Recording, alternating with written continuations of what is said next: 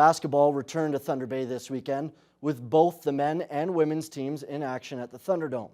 It was a successful weekend for Lakehead, who went 4-0 across the board. The women started the weekend off the way that everyone at the Thunderdome had wanted, with an 85-72 win over the Voyagers. The team was led by Sophia Luke, who dropped 24 points Friday. Since York, she's been playing like an All-Canadian. She's been playing at a really, really high level. Not only, like I told her, like we want her to be more aggressive on offense and look to score every time she has the basketball. But she has such a great playmaking ability that she's going to make plays off of that. The problem was everyone stood around early in the season watching, and Sophia didn't get that groove going, and we were in each other's way. Our movement is phenomenal. Our pace of play on offense is phenomenal. So now that we're kind of jiving and moving well and gelling well together with Sophia. On Saturday, Luke added 20 points as the Thunderwolves kept the momentum going with a whopping 86-49 win.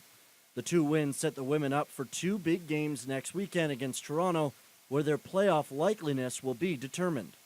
We have to want it. We have to want it more than anyone else, more than anything else, and just play for it. We talked about it at the beginning of practice this week, and we talked about how important it was, and we basically said this is our playoffs to get to playoffs. So it was super important for us to get the two dubs, and we did.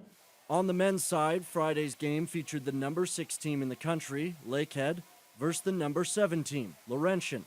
One of the focuses for the Thunderwolves was shutting down two-time Player of the Year, Kadri Gray, which they did, holding him to just 15 points in 33 minutes on the court. Lakehead went on to win the game 73-59, a statement win for the program. Laurentian's a tough team. We saw them in preseason, so we were somewhat familiar with them. And Coach Swords is a really good coach, and he always has those guys playing hard. And again, they had, the reigning two-time Player of the Year in the country. So our guys get up for that. They see those things, and it always is an exciting environment to play a team like that. They finished their weekend with another win on Saturday, 95-79 over Nipissing.